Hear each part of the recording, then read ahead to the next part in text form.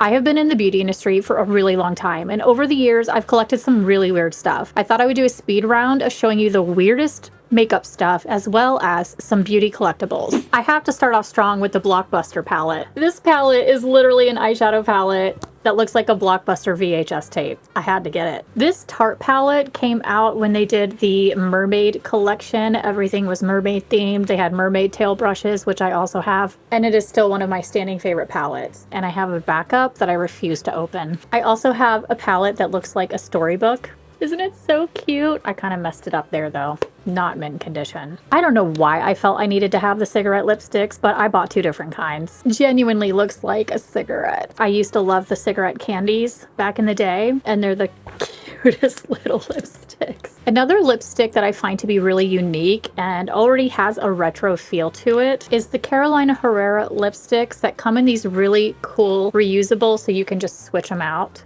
lipsticks, and then they have the tassel that is magnetized, and I have two different color tassels, and then you could just put it on your keychain. I think that's the cutest idea for lipstick. My love, will you marry me with highlighter? This is always going to be, in my opinion, an OG classic collectible of the times. This isn't that old, but you guys remember when this came out. And this highlighter looks beautiful on a lot of people's skin tones. This is Dolly Parton's lipstick. Not her personal lipstick, God, could you imagine? With a flick of a button at the top, it clicks out, and it's in a rosy tone. It's a really pretty lip color. It has her signature along the side of it, and it's so glittery, amazing.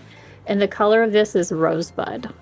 Pat the Puss. Do you remember when Erica Jane came out with Pat the Puss? It was a dance. Ugh, it still smells amazing. If I remember correctly, you can eat this. Yeah, tastes like sugar. Anybody in 30, 40 years that finds this poof and this makeup, however it ends up on eBay, just know that I licked the poof. Does this remind you of anything? Speaking of Pat the Puss, there's some pretty funny videos going around about this. That's a nice spot.